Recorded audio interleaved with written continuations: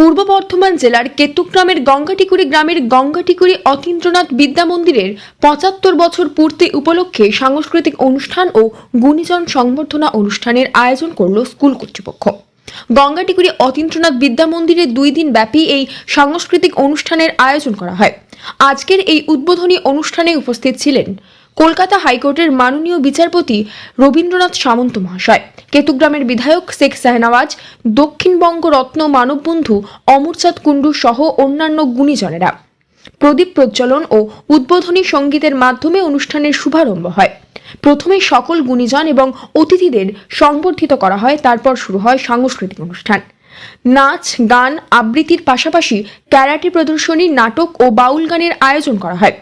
এই গঙ্গাটিকুড়ি অতীন্দ্রনাথ বিদ্যা মন্দিরের প্রধান শিক্ষক অরিন্দম মিশ্র বলেন, ছাত্রদের খেলাধুলার পাশাপাশি সাংস্কৃতিক চর্চার মাধ্যমে সংস্কৃতি মুখর করা খুবই প্রয়োজন।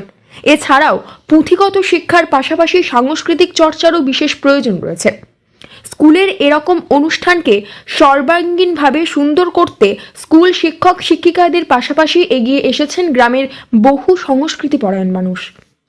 কেতুগ্রাম থেকে রতন চক্রবর্তীর রিপোর্ট, নিউজ নেটওয়ার্ক 7।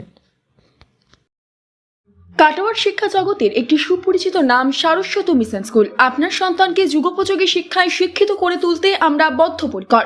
পড়ুয়াদের বাংলা, ইংরেজি, হিন্দি 3টি ভাষায় সাবলীল করে তুলতে ভাষা শিক্ষা, অঙ্কন, আবৃত্তি, কম্পিউটার শিক্ষা, সেই সঙ্গে শরীর চর্চার প্রশিক্ষণ প্রদান করা হয়।